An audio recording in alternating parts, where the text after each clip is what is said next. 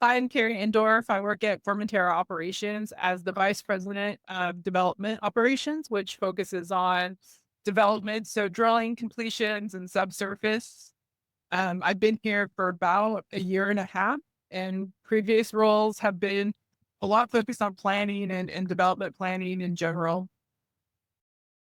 Yeah, so Pod 2 was at Formentera when I joined, and at that point, it was being used exclusively for acquisition, work. So we are originally was a PDP focused company, and they had bought what we call PDP Plus, which has development. So in order to model that development, they were using Pod 2 or had bought Pod 2 to start that work so that they could quickly take an asset from a bank, and remodel what our own drilling schedule would look like, opposed to kind of what the output from a sales case would be. We're using it for really to understand our cash needs, what we need to make sure that we're planning for from a capital kind of standpoint. So I think for us, we didn't have a way to show schedule besides, a Gantt chart that you would create in, other kind of softwares. Planner is primarily used as our communication tool with management and also with our team members for planning purposes, essentially. So for the financial side, how much capital are we planning to spend on a monthly basis to make sure that we have the funds ready and available? And then on the development planning side, making sure that everyone understands, kind of where we are in the different pieces, or what kind of coming down. At Formentera, the planner is probably not utilized the way it is traditionally utilized in other companies, or the way I would have used planner at, a Parsley Energy or a place that has a continuous program. A lot of it is used to show development options and to have those kind of go through our different models in order for them to kind of give approval for development. We don't have a budget and planning group here at Formentera. That's just not where we are in terms of staffing and resource. So it's taking the place of our budget and planning group.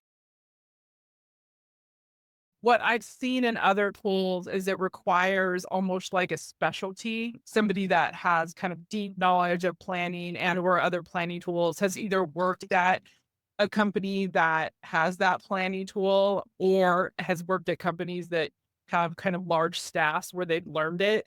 If you don't have that, those tools are not used effectively. And that's why we haven't gone that route. It's just too much for our company in terms of what we're looking at right now and what we need. You can see how it can be used for a more sophisticated or more mature organization, but it can kind of grow with us opposed to having to try to grow into a software that is just kind of beyond our resource level. That's where kind of our challenge is, as we just don't have a lot of resources to put into planning right now. Yeah, you can see with every release that the planner is becoming more sophisticated. And so I think that's what we like about the options of the planner right now is that it is growing with us, and we see frac interference and some of those pieces being added over time. And we're not there yet. We don't need it, but knowing that it's there when we do need it or when we start growing in that way is kind of keeping us committed to investing in the tool, knowing the people involved in Pod 2 and the planner development. I feel confident that they understand what the needs are going to be for the tool and have a vision of how it can adapt.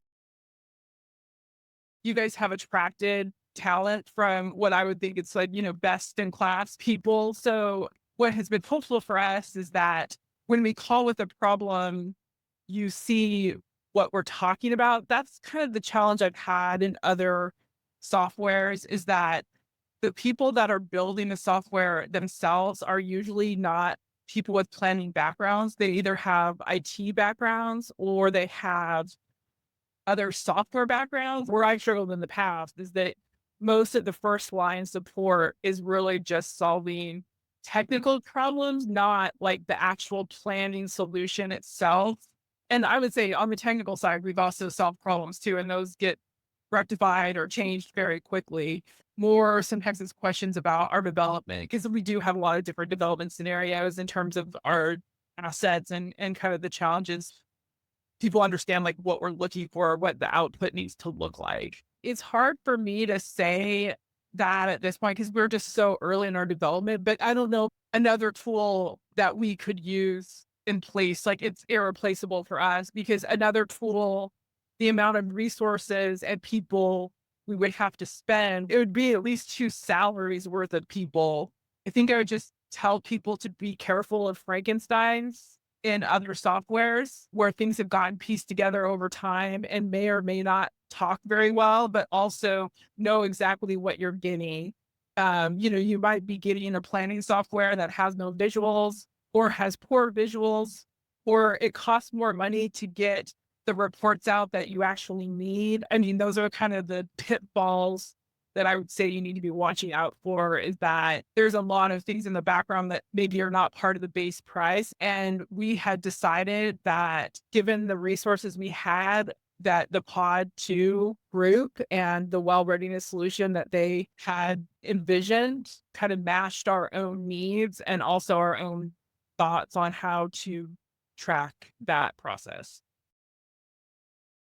So for us in particular, we have assets and development programs across multiple basins. So there's not a single solution for us. We need something that can be adapted for different timelines and different qualifiers or different regulatory bodies and timelines and different complications depending on where that asset is. Drilling a well in West Texas is a lot different than drilling a well in Marcellus or drilling a well in North Dakota. Something that, we felt could kind of adapt to those different systems very fast and easily without being too complicated.